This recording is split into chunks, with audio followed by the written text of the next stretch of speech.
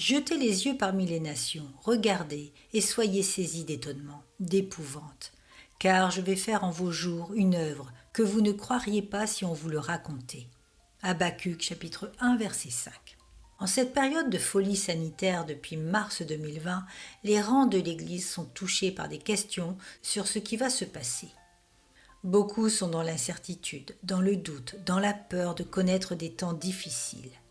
Est-ce le début de la grande tribulation annoncée ? Mais ne pensez-vous pas qu'il vaudrait mieux dire ce qui doit se passer plutôt que de s'interroger sur ce qu'il va se passer ?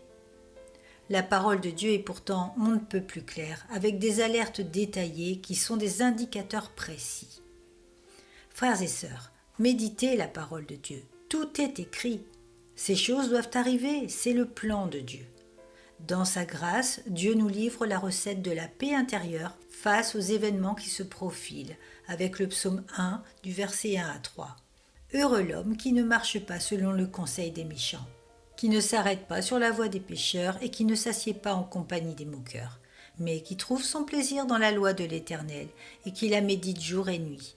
Il est comme un arbre planté près d'un courant d'eau, qui donne son fruit en sa saison et dont le feuillage ne se flétrit point. Tout ce qu'il fait lui réussit. Puis Jésus déclare à qui veut l'entendre dans Matthieu chapitre 6 versets 33 à 34. Cherchez premièrement le royaume et la justice de Dieu, et toutes ces choses vous seront données par-dessus. Ne vous inquiétez donc pas du lendemain, car le lendemain aura soin de lui-même. À chaque jour suffit sa peine.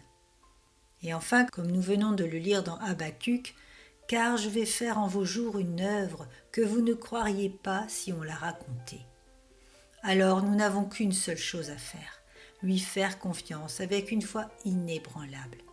Dieu contrôle tout et les méchants avec leurs plans de destruction sont sous ses pieds. Nous allons voir prochainement son œuvre croissante dans notre vie, une œuvre que l'on ne croirait pas si on nous la racontait. N'est-ce pas là encore une promesse d'une profondeur qui détruit toute invasion diabolique et nous offre une force et une paix intérieure que personne ne pourra jamais nous enlever? Nous sommes les enfants du Tout-Puissant et nous avons un avenir, un héritage, une demeure éternelle pour l'éternité. Ne promenons pas de regards inquiets, mais tenons ferme en Jésus, et alors nous verrons la gloire de Dieu.